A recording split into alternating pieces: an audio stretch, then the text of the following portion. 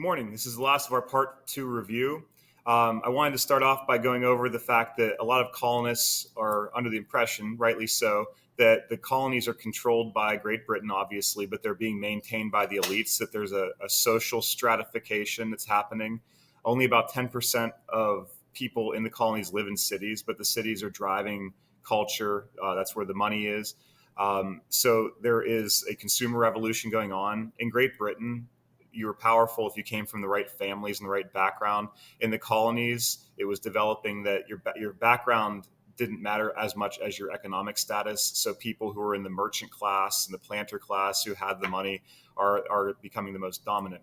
And there was a religious wave that was taking place during this time period that challenged that social status, that social hierarchy. It's called the Great Awakening. The Great Awakening is evangelical Christian movement that brought some fire back to Christianity. So there's old light and there's new light clergy.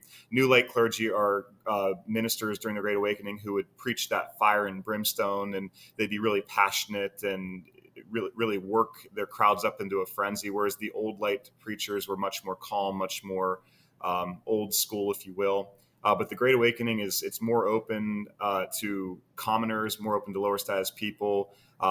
It was less patriarchal, which means less dominated by people at the top.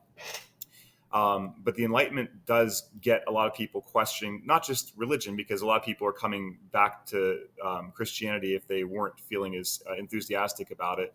But they're also questioning authority, and they're questioning, what they've been taught in the past. And when you question authority, you start to think about your government. You start to think about, is your government the right kind of government for you? Are you being represented? And they're looking at the country of Great Britain and starting to question whether or not the best interests of the colonies are being maintained by the British government.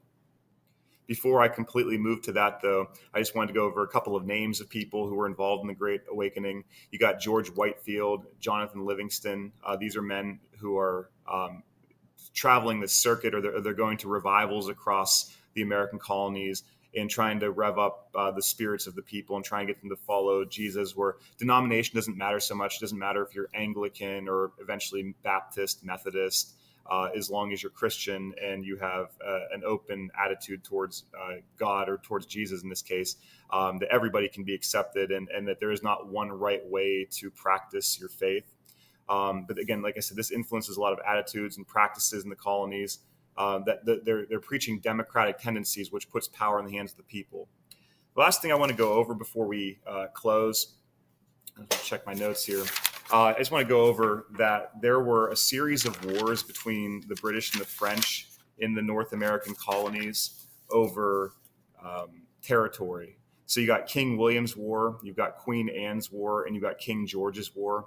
You don't need to know any specifics about these, but know what they have in common. That they involve a power rivalry between the British and the French for territory, but they also involve getting Native American Indian allies. And like we said in previous reviews, the Indians themselves are more aligned with the French because the French aren't there to colonize as much as they're there to trade, where, as we know, we all speak English for a reason. The British had colonized the 13 colonies from Massachusetts all the way south to Georgia by this point, New Hampshire, south to Georgia. So there is a power struggle that's happening here. And what the French are doing is the French are building forts on the western frontier, places like Fort Presque Isle, which is up in Erie, Fort Duquesne, which is down in Pittsburgh, modern-day Pittsburgh, Fort LeBoeuf, you probably heard of that school district up north of Meadville and south of Erie. These are French forts that were built to flex their muscles and to show the British that this was their territory. These wars also have in common that they are extensions of wars that are happening in Europe. The War of Austrian Succession, the War of Spanish Succession. These are wars that spill over into North American colonies because these European countries are competing with each other for power in Europe, but also around the world. And the reason that this period 2 cuts off at 1754 is this is the beginning of the French and Indian War, which is known as the 7 Years' War in Europe. We will be talking about the French and Indian War in period 3. Good luck on your test tomorrow.